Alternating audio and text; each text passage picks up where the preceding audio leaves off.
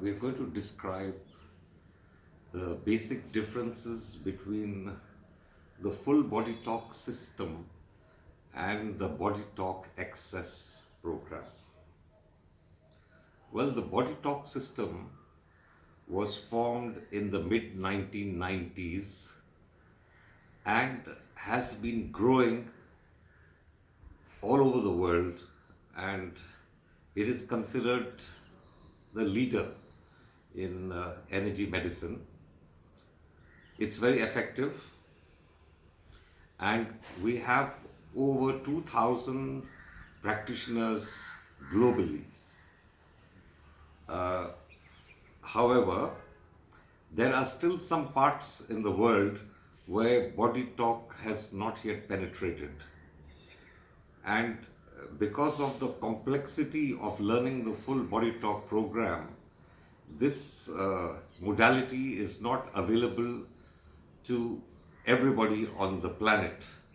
Certain countries and places, remote villages, this facility may not be available. There may not be a certified practitioner available to do the full BodyTalk system. And it is for this reason that 5 simple and important techniques were extracted from the full BodyTalk system and formed into a program. And 2 of these techniques can be used in an emergency situation called the Fast Aid program. So these 5 simple techniques can be learnt by anybody, by children, by nurses, and even villagers who don't understand much of the concepts behind this. And they have been very cleverly programmed in a certain sequence. So if these BodyTalk access techniques are practiced by anyone, by laymen, children, students in school, or people recovering in hospitals, and if they are done as a routine in the correct sequence in which they are supposed to be done, they have a remarkable effect on well-being of a person. For simple type of disorders which we face day to day, colds, slight fevers, or any minor things, they are addressed very well. In case of any chronic conditions, also the BodyTalk Access program will help to a certain degree, but then one would need a full BodyTalk session thereafter to be able to address the deeper issues. Now, the key concepts are, few of them are common in both the systems. In both of them, we do a tapping process, the tapping on the head, the tapping on the heart brain at the sternum, and the tapping in the gut. So the same tapping process is carried out in the Access program and also in the full BodyTalk system. Then the concept of deep breathing. The deep breathing is done even while we do the Access program or we do the full BodyTalk session. There are slight differences.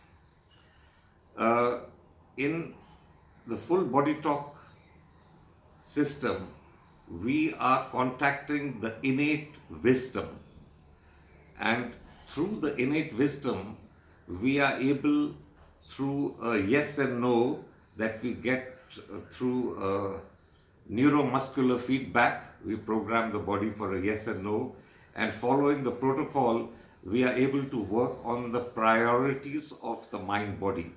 That means what needs to be addressed and in which order. So it becomes a little bit selective. Whereas in the BodyTalk Access program, we do not work on priorities. We do the entire program because working on priorities takes a little more training. So in the Access program, we don't work on the priorities. We just do the program in the way, in the sequence it is supposed to be done, all the 5 techniques, and you get remarkable results. In the full Body Talk program, we are finding the priorities and the links that need to be established within the mind-body system, and in which order they should be addressed.